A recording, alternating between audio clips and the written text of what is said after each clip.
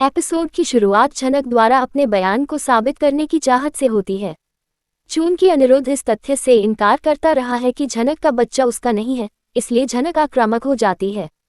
वह आश्वासन देती है कि अगर अनिरुद्ध उसके नवजात बच्चे को स्वीकार नहीं करेगा तो वह डीएनए टेस्ट कराएगी।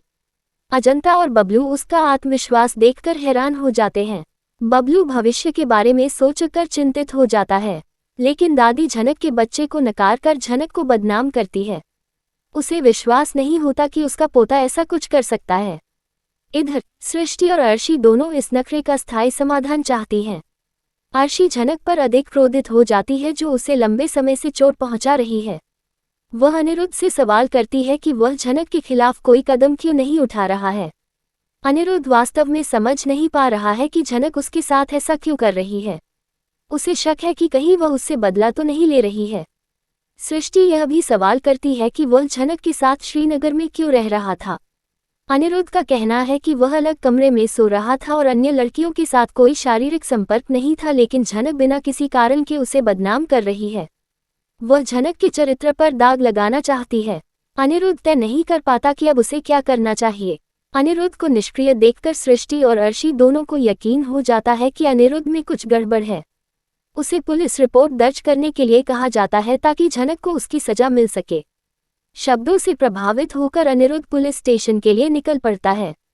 अनिरुद्ध के जाने के बाद सृष्टि अर्शी से कहती है कि वह अपना धैर्य बनाए रखे, नहीं तो उसकी सार्वजनिक रूप से बदनामी होगी।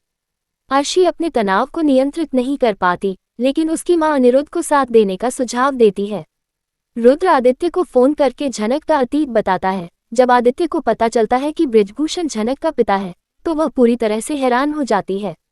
उसे इस बात पर यकीन नहीं होता, लेकिन रुद्र आदित्य को सारी बातें विस्तार से बताता है ताकि वे दोनों मिलकर इस बात को सबके सामने उजागर कर दें। रुद्र बृजभूषण को एक बड़े कार्यक्रम में बुलाकर सार्वजनिक रूप से बदनाम करने की योजना बनाता है। आदित्य को झनक पर बहुत तरस आता है, जबकि झनक, जो अपने पिता का नाम भी नहीं जानती, झनक की जिंदगी को इंसाफ दिलाने के लिए तैयार हो जाती है। हालांकि वे बृजभूषण की बदनामी के परिणामों को नहीं जानते, लेकिन वे दोनों एक साहसिक कदम उठाने की योजना बनाते हैं। सृष्टि अपने घर वापस आती है। जब वह विनायक को सारी बात बताती है तो वह भी हैरान रह जाता है। सृष्टि कहती है कि इतिहास में उर्वशी का नाम बार बार दोहराया जा रहा है। विनायक कहता है कि उर्वशी और बृजभूषण के बीच रिश्ता था, लेकिन बृजभूषण ने अपनी बेटी को स्वीकार नहीं किया। लेकिन सृष्टि इस बात से इनकार करती है और कहती है कि उर्वशी और उसके गुरु के बीच कुछ भी नहीं था। विनायक झनक की जिंदगी में न्याय लाने के लिए तैयार हो जाता है, लेकिन वही जानकर हैरान रह जाता है कि झनक दावा कर रही है कि अनिरुद्ध हमारे बच्चे का पिता है।